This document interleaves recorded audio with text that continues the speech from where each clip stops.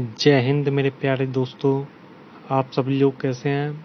मेरा नाम है अनूप कुमार और आप सभी का स्वागत है अपने सक्सेस यूट्यूब चैनल पर। मैंने आपके जो मैथ क्वेश्चन की सीरीज स्टार्ट करी थी, मैंने उसके 62 नंबर क्वेश्चन तक उसके क्वेश्चन करा दिए थे। आज मैं उसके 63 से 82 नंबर तक क्वेश्चन करवाऊंगा, जो टोटल 20 क्वेश्चन है। तो आज से मैं उसके करवाऊंगा। और जो ये 82 क्वेश्चन है, जिसका लास्ट क्वेश्चन होगा, इसमें टोटल 82 क्वेश्चन दिए गए थे। ठीक है। अगर आप इसी तरीके से बुक का कंप्लीट सॉल्यूशन चाहते हैं तो हमारे चैनल को लाइक करें, सब्सक्राइब करें और शेयर करें। सब्सक्राइब तो ज़रूर करें, क्योंकि आपके बिना मैं कुछ नहीं हूँ। ठीक है।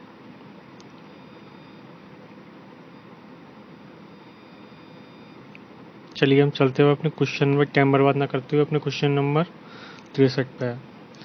हमारा क्वेश्चन नंबर 63 क्या कह रहा है? 13 से विभाजित होने वाली सबसे छोटी 3 अंक की संख्या और 16 से विभाजित किया गया तो शेषफल क्या ज्ञात करें।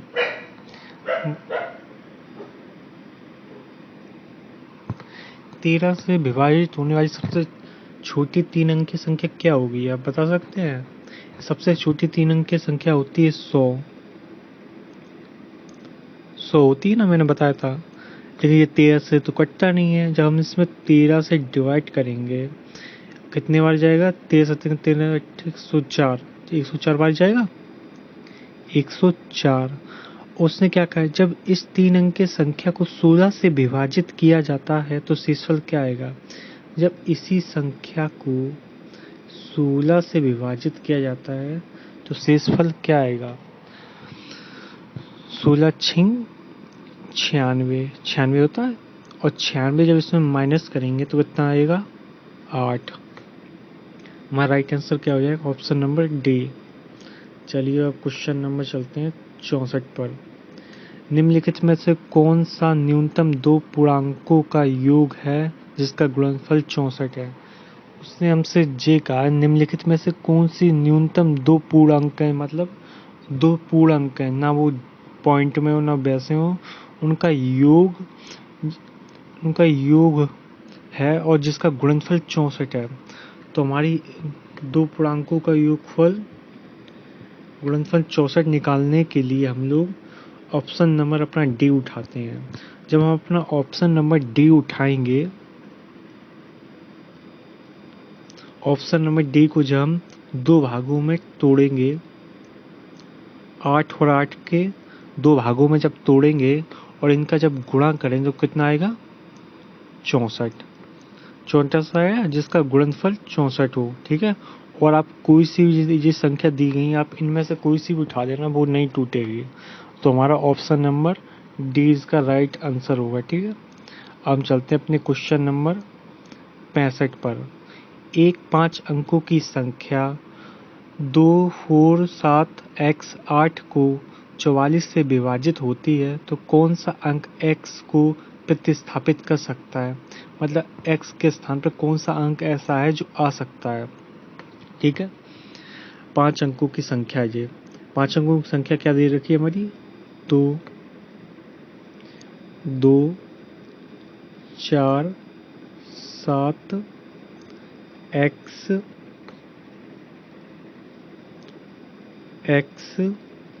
8 जो हमारी दे रखी है। और इसमें जो 44 से विभाजित करना, और 44 ये किससे बना है? 11 और 4 के उससे बना है। ठीक है। और 11 का डिविजिबिलिटी रूल ये कहता है, सभी जो अल्टरनेट होते हैं उनका जो जब माइनस करेंगे तो वो या तो 11 आए या तो 11 का गुणज आए। ठीक है। जब हम इसमें और इसमें जोड़ेंगे तो कितना आ जाएगा? 17 आ जाएगा। 17 माइनस का 4x प्लस x। ठीक है। और जब ये इसमें से इसमें कटेगा तो कितना आ जाएगा? 13। 13 माइनस का x। ऐसी संख्या हमें क्या रखनी चाहिए x की जगह कि हमारा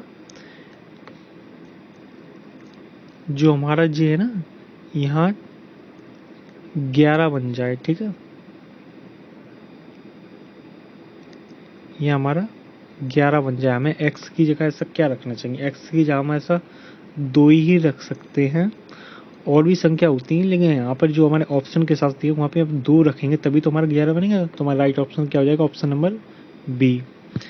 चलिए हम चलते हैं नेक्स्ट क्वेश्चन पे, क्वेश्चन नंबर 66। देखो इस क्वेश्चन में थोड़ा ना कुछ गड़बड़ी है, तो इस वजह से हम क्वेश्चन को बाद में देखेंगे, ठीक है। ये क्वेश्चन हमें कुछ सही नहीं लगा। चलिए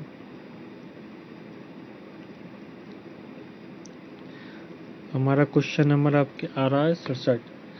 हमारा क्वेश्चन नंबर 67 कह रहा है निम्नलिखित में से कौन सी अभाज्य संख्या नहीं है। अभाज्य संख्या नहीं है। देखो अभाज्य संख्या यानी कि इसने हमसे भाज्य संख्या पूछी है। आप इन सभी को भी किसी से भी डिवाइड कर ले, ये डिवाइड नहीं होंगे, ये तो खुद से होंगे या एक से होंगे।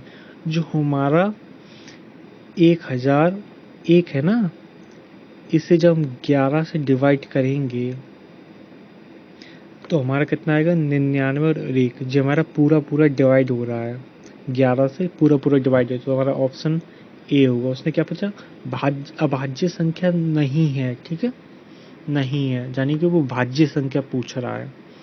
चलिए अब क्वेश्चन नंबर 68 आते हैं। निम्नलिखित में से कौन सा विकल्प भाज्य संख्या नहीं है। भाज्य संख्या नहीं है यानी कि वो हमसे अब अभाज्य संख्या पूछ रहा है, जो किसी से ना कटे, खुद से कटे या तो एक से कटे, ठीक है।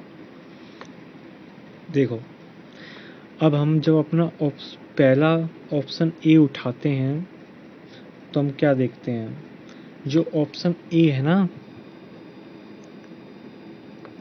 जिस 7 से डिवाइड होता है, 7 के साथ 7 नीम 63, जो पूरा पूरा 7 से डिवाइड होता है, ठीक है। जब ऑप्शन बी उठाते हैं,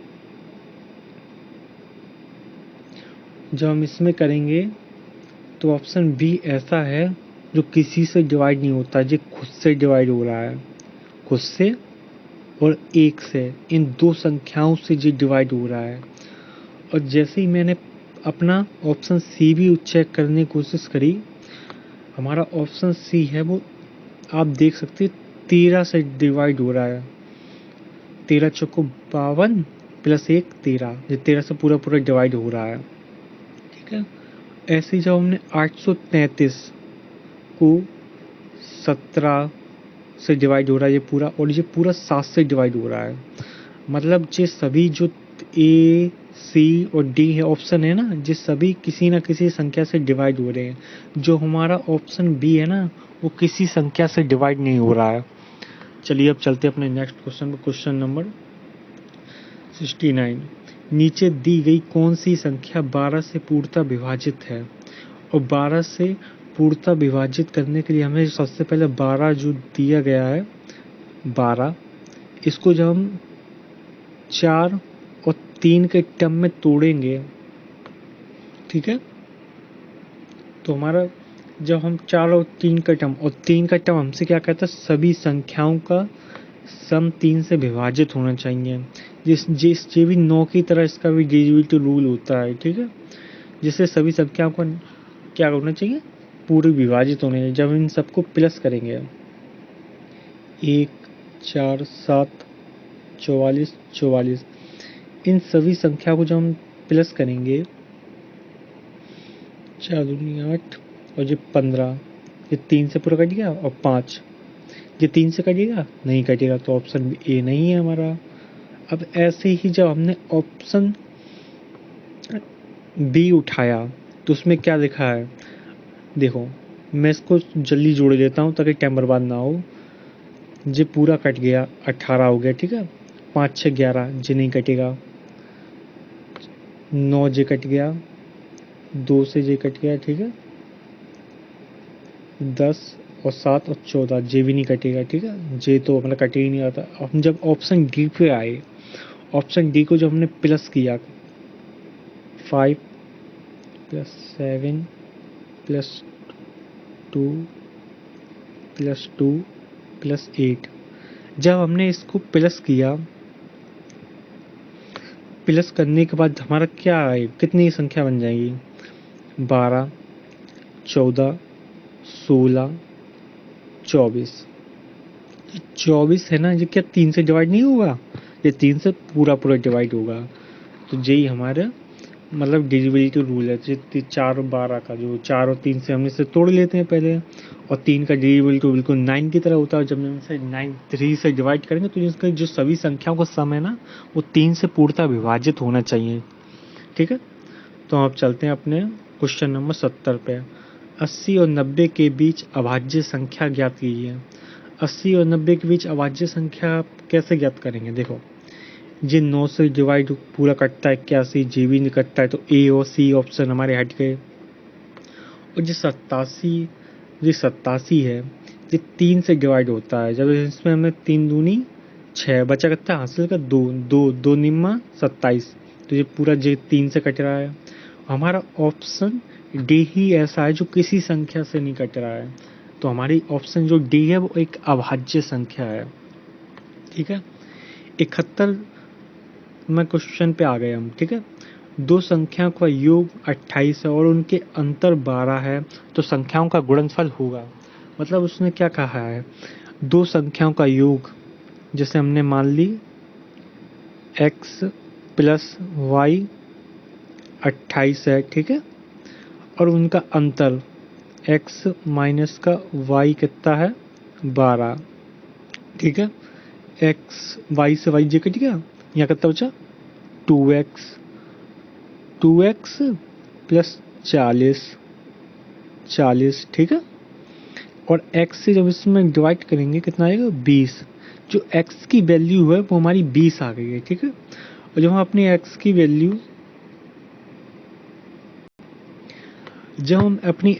वैल्यू इनमें से किसी भी में पुट करेंगे तो हमारा आंसर आएगा। ठीक है, x y की वैल्यू आ जाएगी।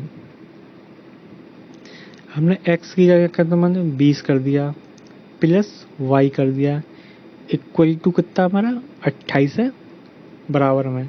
ठीक है, और जब 20 इधर जाएगा तो ये माइनस का हो जाएगा, तो y की जो वैल्यू है वो कितनी आ गई 8।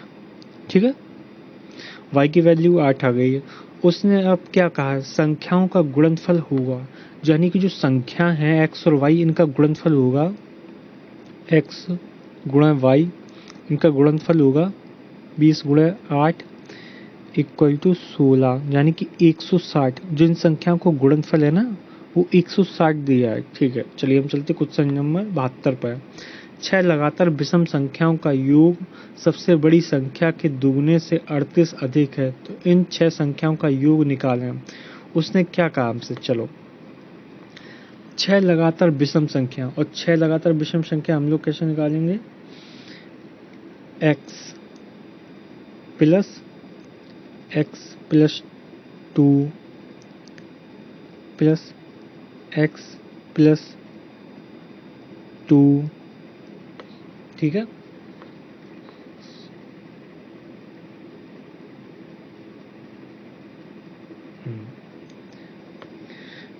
x plus 4 x plus 6 x plus 8 x plus 10। ठीक है, ये हमारी जो विषम संख्या आ गई। ठीक है, विषम संख्या जैसे कि हम आप जो सोच रहे हैं इसमें 2 कैसे किया, नहीं देखो, जैसे विषम संख्या हम कोई सी भी मान लें, 3 मान लो, 5 मान लो, 7 मान लो, कोई सी भी आप विषम संख्या मान लो, जब आप उसमें प्लस 2 करेंगे तभी तो वो 5 बन जाएगा, जब इसमें भी प्लस 2 करेंगे तभी तो 7 बन जाएगा। जैसे कोई सी विषम संख्या मान लो। ठीक है, 81 मान लो, 81 में जब प्लस 2 करोगे तो 83 बन जाएगा, ये भी तो विषम संख्या बन गई। ठीक है, ऐसे ही है, इसीलिए हम लोग x में प्लस कर रहे हैं। चलिए अब थोड़ा सॉल्व करते हैं क्वेश्चन। उसने क्या कहा अब आगे देखते हैं। सबसे बड़ी संख्या क्या है हमारी, x प्लस 10 है। सबसे बड़ी संख्या के दुगने से, यानी कि सबसे बड़ी संख्या है x प्लस 10, इसके दुगने से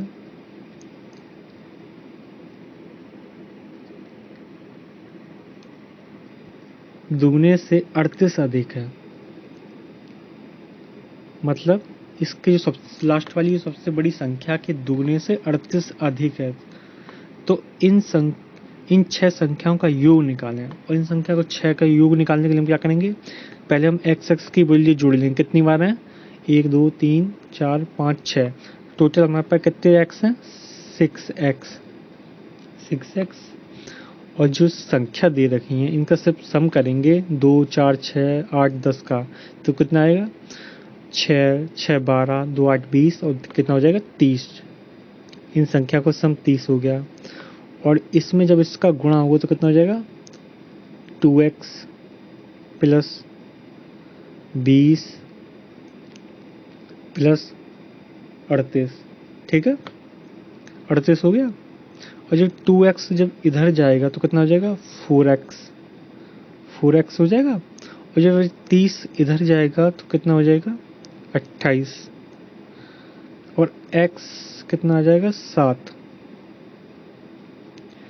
जो x की वैल्यू हमारी कितनी आ गई, 7। तो इन 6 संख्याओं का योग उसने हमसे पूछा। ठीक है, और 6 संख्या का योग निकालने के लिए हम क्या करेंगे, जो पहले अपना कलर चेंज करना है, जो 6x प्लस 30 दे रखा है, यही तो 6 संख्याओं का योग है। जब हम इस x में यहाँ पुट वैल्यू करेंगे तो कितना आएगा, 7 प्लस 30। ठीक है, कितना होगा, 7 42 प्लस 30। ठीक है, और जब इनको पुट करेंगे कितना आ जाएगा, 72। राइट ऑप्शन हमारा क्या हो जाएगा, 72। इसमें नहीं दिया गया है लेकिन इसका 72 है। ठीक है, हमारा क्वेश्चन नंबर ये 72 हो गया। चलो अब चलते हैं अपने नेक्स्ट क्वेश्चन पर, क्वेश्चन नंबर 73। निम्नलिखित में से कौन सा कथन असत्य है। मतलब उसने हमसे गलत क्वेश्चन पूछा, जो गलत हो। 2 पूर्णांकों का योग हमेशा एक पूर्णांक होता, सही कह रहा है ये। पूर्णांक जैसे 2 मान लो, 5 मान लो, 7, जो एक पूर्णांक नहीं है, तो हमारा ऑप्शन ए सही है। 2 पूर्णांकों का अंतर हमेशा एक पूर्णांक होता है, एक पूर्णांक होता है। ठीक है, ये भी सही कह रहा है। जैसे 2 माइनस का 5 3, ये पूर्णांक नहीं है, तो ये भी ऑप्शन सही है हमारा। और जब हम 5 और ये नीचे वाला जब ऑप्शन डी चेक करेंगे तो कितना हो जाएगा, माइनस माइनस प्लस हो जाते हैं, चिन्ह माइनस ही का रहता है। 7 डी और माइनस का 8, और जो माइनस की वैल्यू जो छोटी होती है ना, वही सबसे बड़ी होती है। तो हमारा जे भी ऑप्शन सही है। जब हमने ऑप्शन अपना सी चेक किया, सी ऑप्शन जब चेक किया तो उसमें क्या कह रहा है, देखो, -14 बड़ा है, और जे माइनस माइनस जब इसमें जो प्लस होगा तो कितना हो जाएगा, माइनस प्लस माइनस का 1। ठीक है, यहाँ माइनस का 1 हो जाएगा, क्योंकि जो माइनस माइनस जब इसमें ब्रैकेट में ना, इसमें गुणा हो जाएगा, और गुणा होने के बाद वो प्लस बन जाएगा, और प्लस बनने के बाद जो माइनस का 8 है वो उससे कट जाएगा, तो कितने बचेगा, माइनस का 1। और ये 14 मैंने क्या बताया था अभी थोड़ी देर पहले, मैंने ये कहा था जो संख्या माइनस की छोटी होती है वही बड़ी होती है। तो हमारा ऑप्शन जो सी है ना, वो हमारा ऑप्शन सी गलत है। तो हमारा जे राइट आंसर होगा, ऑप्शन सी। चलिए अब अपने क्वेश्चन नंबर 74 पे चलते हैं। 15 से 160 के मध्य कितनी संख्याएं हैं जो 17 से विभाज्य हैं लेकिन 4 से नहीं। 15 और 60 के बीच मध्य कितनी संख्याएं हैं, देखो,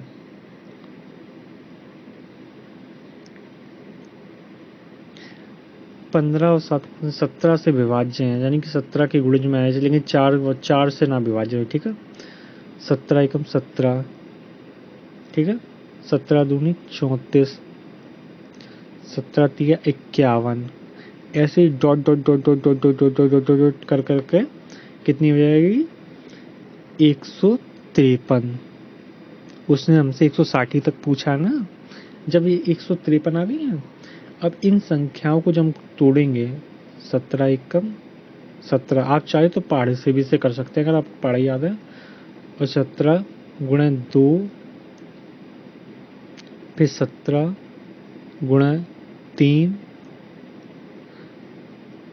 17 गुणा 4, ऐसी जो संख्या जो आ गई हैं टोटल हमारी कितनी पड़ेंगी, 17 गुणा 4 और 17 गुणा 8।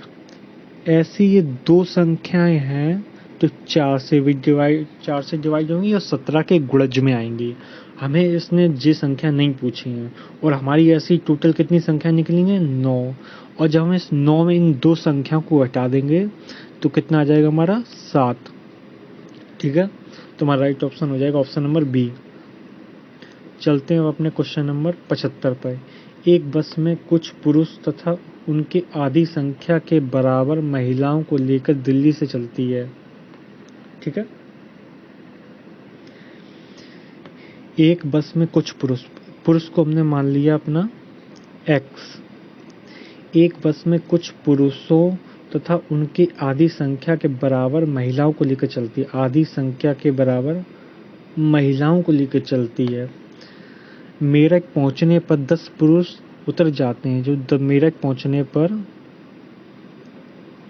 10 पुरुष उतर जाते हैं और 5 महिलाएं सवार हो जाती हैं। और 5 महिलाएं सवार हो जाती हैं। अब बस में पुरुष तथा महिलाओं की संख्या बराबर है, यानी कि अब हम इसमें गुणा करके अब इसे हम सॉल्व पर जब करेंगे कितना आ जाएगा, 2x 20 x प्लस 10। ठीक है, जे आ गया।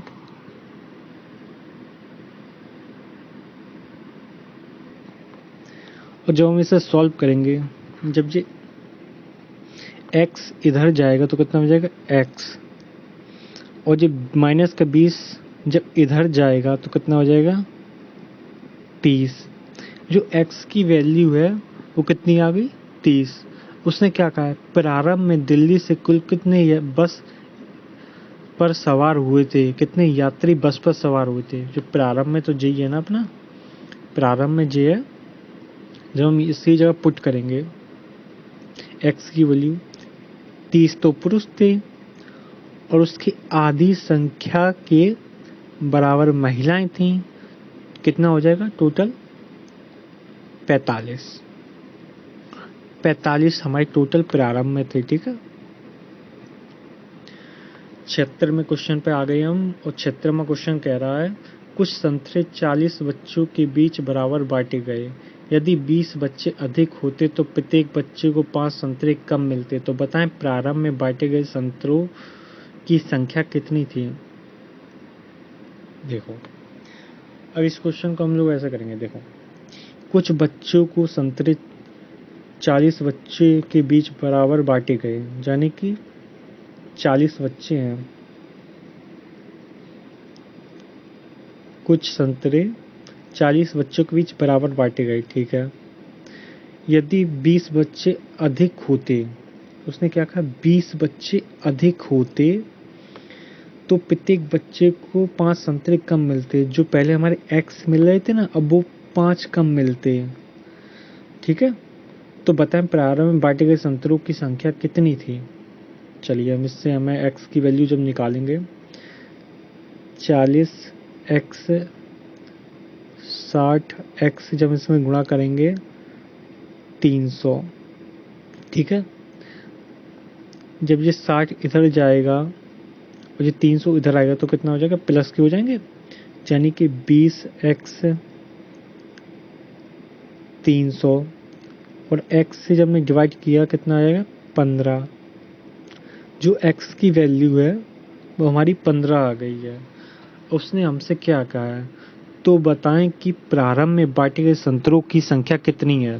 अब प्रारंभ में बांटे गए संतरों की संख्या जी तो है 40x, यानी कि 40 बच्चों के बीच कितने बांटे गए, x संतरे। जब हम इसमें गुणा करेंगे तो कितना हो जाएगा, 600, यानी कि हर एक बच्चे को 15-15 संतरे बांटे गए और ऐसे हमारे 40 बच्चे थे और 40 बच्चों में जब 15 का गुणा करेंगे कितने हो जाएगा 600। ठीक है, अब हम क्वेश्चन नंबर चलते हैं अपने 77 पर। इसमें हमसे क्या कहा है, 729 को की जो पावर है वो 14 9 है, 149 है। इसमें इकाई का अंक क्या होगा और 9 का इकाई अंक क्या होता है। अगर 9 की पावर सम है,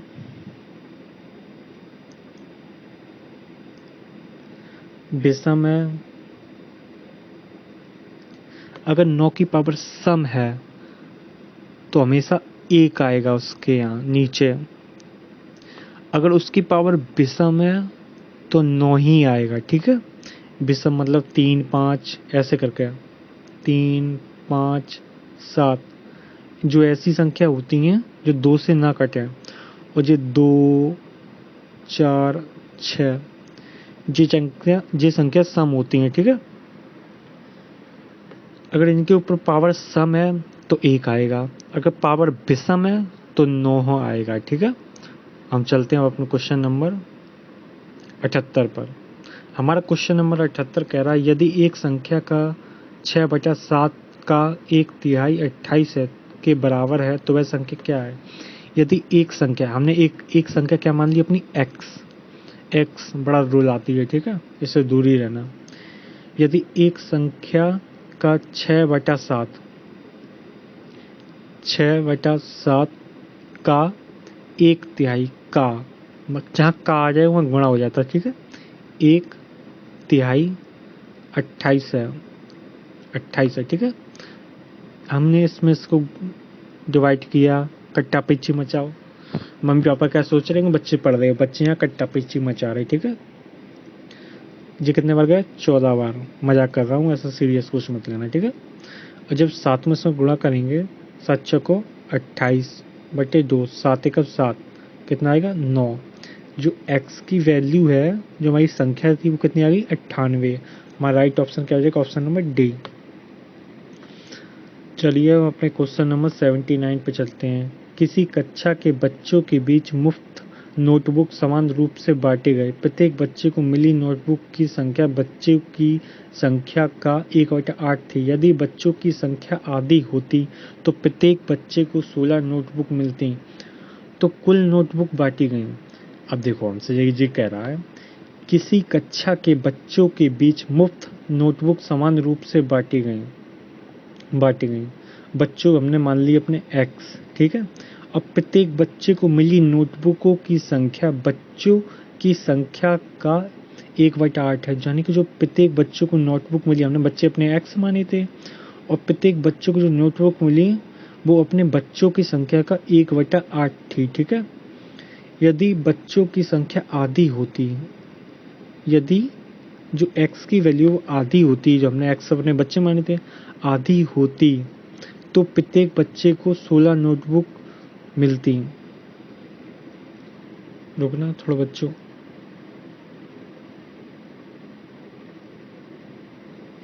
तो प्रत्येक बच्चे को कितने नोटबुक मिलती, 16। ठीक है, x से x जे कट गया, 8 से 8 जे, 2 से 16 जे कट गया, जो x की वैल्यू है कितनी आ गई 64। x की वैल्यू 64 आ गई। ठीक है, उसने हमसे क्या कहा है, तो कुल नोटबुक बांटी गई, यानी कि हमसे उसने कुल नोटबुकों की संख्या पूछी है। हमारे x बच्चे कितने हो गए 64, हमारे बच्चे कितने हो गए 64। उसने क्या कहा, और जो नोटबुक बांटी गई थी वो बच्चों की संख्या का कितना थी 1/8 थी। जब 8 से 8 को कितना करेंगे 8 बार, और जब हम इसमें गुणा करेंगे 8 चौको 32, हासिल गया 3, 8 6 48, तो कितना आ गया 51, यानी कि जो टोटल नोटबुक है हमारी वो कितनी है 512। तो ऑप्शन डी हमारा राइट हो जाएगा। ठीक है, अब हम चलते हैं अपने क्वेश्चन नंबर 80 पर। वह छोटी से छोटी संख्या ज्ञात करें जिसके द्वारा 1200 को एक पूर्ण वर्ग बनाने के लिए गुणा किया जाना चाहिए। छोटी से छोटी संख्या उसने पूछी जो 1200 में गुणा करने पर एक पूर्ण वर्ग बन जाए। और 1200 को जब हम तोड़ेंगे, इसके फैक्टर करेंगे तो कितना आ जाएगा 100 और 12। और जब ये तो 10 का वर्ग बन गया, ठीक है। और जब इसको तोड़ेंगे कितना हो जाएगा 4 और 3, ये 2 का बन गया, ठीक है।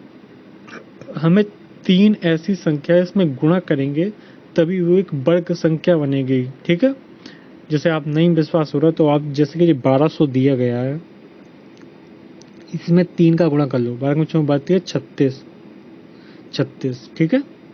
36 तो आ गया, यानी कि 60 का वर्ग है। चलो हमारा ऑप्शन 3 होगा, ठीक है। जो ऑप्शन 3 है वो हमारा राइट होगा। हमें इसमें 3 से गुणा करना पड़ेगा तभी वो एक वर्ग संख्या बनेगी।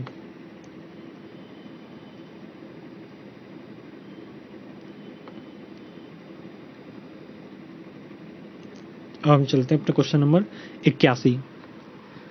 256 के वर्गमूल और 16 के वर्गमूल के गुणनफल ज्ञात करें, फिर परिणाम के वर्गमूल को ज्ञात करें।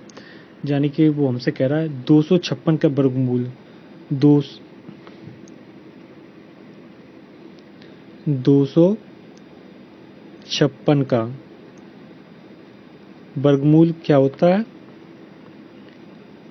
16, और 16 का वर्गमूल क्या होता है 4। इन वर्गमूल के गुणनफल ज्ञात करें। जो वर्गमूल जो आए हैं इनके गुणनफल क्या हो जाएगा 16 और 4 का गुणनफल क्या हो जाएगा 64। और फिर परिणाम के वर्गमूल को ज्ञात करें। और जो जो परिणाम जो आया है ना हमारा 64, इसके वर्गमूल को ज्ञात करना कितना हो जाएगा 8। तो हमारा राइट ऑप्शन क्या हो जाएगा 8। यहाँ ऑप्शन थोड़ा हाइड हो गया, हम माफी चाहते हैं उसके लिए, लेकिन आपका जो सही ऑप्शन होगा वो ऑप्शन 8 होगा, ठीक है। अब हम चलते हैं अपने आखिरी क्वेश्चन पर। जिस बुक का आखिरी क्वेश्चन है नंबर सिस्टम का, आपका नंबर सिस्टम है वो आज आपका इसमें समाप्त हो गया है। और इसको अब देखो, नीचे दी गई संख्याओं में से कौन सी वर्ग संख्या नहीं है। वर्ग संख्या नहीं है नीचे दी गई संख्याओं में। देखो, वर्ग संख्या निकालने की एक मैं आपको ट्रिक बताता हूँ। आप जैसे भी कोई सी भी संख्या उठा लो, उसमें जब 8 से डिवाइड करेंगे ना तो वो हमेशा 8 से जब डिवाइड करेंगे तो हमेशा 0, 1 और 4 के टर्म में आएगा जो शेषफल होगा, ठीक है। वो इन 3 संख्याओं के मध्य आएगा। जैसे कि हमने अपनी 25-25 उठाया, इसे जब हमने 8 से डिवाइड किया, 8 एकम 16 24, 8 एकम 8, ठीक है, 60, 8 नीम 72।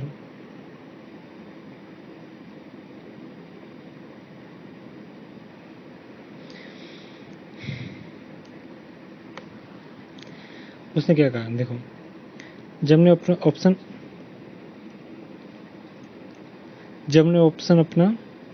सी उठाया और जब हमने इसे 8 से डिवाइड किया, 8 या 24, 1 हाथ लगा 5, हमारा शेषफल कितना आया 5। यानी कि जो हमारा शेषफल आया ना वो 5 आया। और 5 मैंने क्या कहा था, जो भी परफेक्ट स्क्वायर होते हैं जब हम उसे 8 से डिवाइड करते हैं तो वो 0, 1 और 4 शेषफल देता है। और जब हमने इसमें ऑप्शन सी में जब हमने इसे 8 से डिवाइड किया तो जो हमें शेषफल 5 दिया, तो हमारा राइट ऑप्शन होगा वो ऑप्शन सी होगा। जैसे कि हम अपना और अपने ऑप्शन चेक कर लेते हैं। जैसे कि हमने ऑप्शन अपना बी उठा के देखा, जब हमने इसमें 8 से डिवाइड किया तो कितना होगा 16, बचा कितना 4, 8 5 40, बचा कितना 2 8 24, 1 आया ना, और ये 1 इसमें आया, ठीक है। जो भी हमारा परफेक्ट स्क्वायर होगा जब उसे 8 से डिवाइड करेंगे ना तो हमेशा 0, 1, 4 जी हमेशा वो जी 3 संख्या देगा जो 8 से डिवाइड करने पर। और जो परफेक्ट स्क्वायर होते हैं ना उनके लास्ट डिजिट होते हैं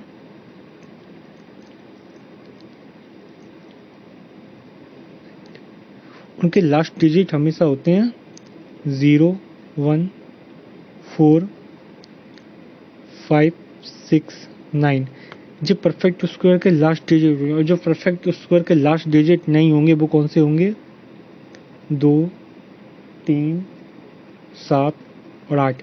ये परफेक्ट स्क्वायर के हमेशा लास्ट डिजिट नहीं होंगे, आप देख लेना, ठीक है। चलिए, तो हमारा जो क्वेश्चन यहीं तक ही थे। जो आपका नंबर सिस्टम वो आपका पूरा टॉपिक कंप्लीट हो चुका है। अब हम नेक्स्ट टॉपिक उठाएंगे जिसमें हम आपको पूरा क्वेश्चन करवाएंगे। आप ऐसे घबराइएगा नहीं, मैं आपके ये सभी जो बुक के सॉल्यूशन दिए गए मैं उसका सभी बुक के सॉल्यूशन करवाऊंगा। जो आपकी यूपी पुलिस की वैकेंसी है वो जल्दी आने वाली है, जिस हिसाब से हमें न्यूज मिल रही है, पता चल रहा है, उस हिसाब से लग रहा है वैकेंसी तो देखो आएगी, जरूर आएगी, क्योंकि 2024 में चुनाव भी हो तो उनके लिए उन्हें वैकेंसी तो देनी ही पड़ेगी, कुछ भी हो जाए वैकेंसी आएगी, क्योंकि बिना आग के धुआं तो निकलता नहीं है। जिस हिसाब से अगर इसकी न्यूज आ रही है वैकेंसी आएगी, 100% आएगी। बस आपको जो है आपको तैयारी करना है। मैं आपकी कोशिश करूँगा जो आपकी जो नंबर सी जो मतलब जो भी आपके बुक में जो दे रखे हैं सारे टॉपिक उनको मैं कंप्लीट सॉल्यूशन करवाऊँ, तो मैं उसका कंप्लीट सॉल्यूशन करवाऊँगा। आप मेरी तरफ से बेनिश्चित रहिए, आपको कोई टेंशन नहीं होगी, मैं उसके कंप्लीट सॉल्यूशन करूँ। बस आप हमारे जो चैनल दिया गया है इसको प्लीज़ सब्सक्राइब कर लें ताकि आपको मुझे भी मोटिवेशन मिले, ठीक है। जब तक मुझे मोटिवेशन नहीं मिलेगा तो मैं कहाँ से वर्क कर पाऊँगा। तो हमारे चैनल को सब्सक्राइब करें और शेयर तो ज़रूर ही करें और लाइक करें और अपना कमेंट छोड़ें ताकि मैं समझ जाऊँ, और अपनी कमियाँ बताएं कि मैं इसमें क्या कमियाँ कर रहा हूँ, ताकि मैं आपकी कमियाँ दूर कर सकूँ, अपनी कमियाँ, ठीक है। तो हमारे चैनल को सब्सक्राइब करें, शेयर करें और लाइक करें, ठीक है। धन्यवाद। तो आज तक की वीडियो यहीं से, जो इसका PDF होगा वो उसकी डिस्क्रिप्शन में मिल जाएगा, ठीक है। इसका PDF डिस्क्रिप्शन में जाए तो वहाँ से आप डाउनलोड करके आप कर सकते हैं, ठीक है। धन्यवाद।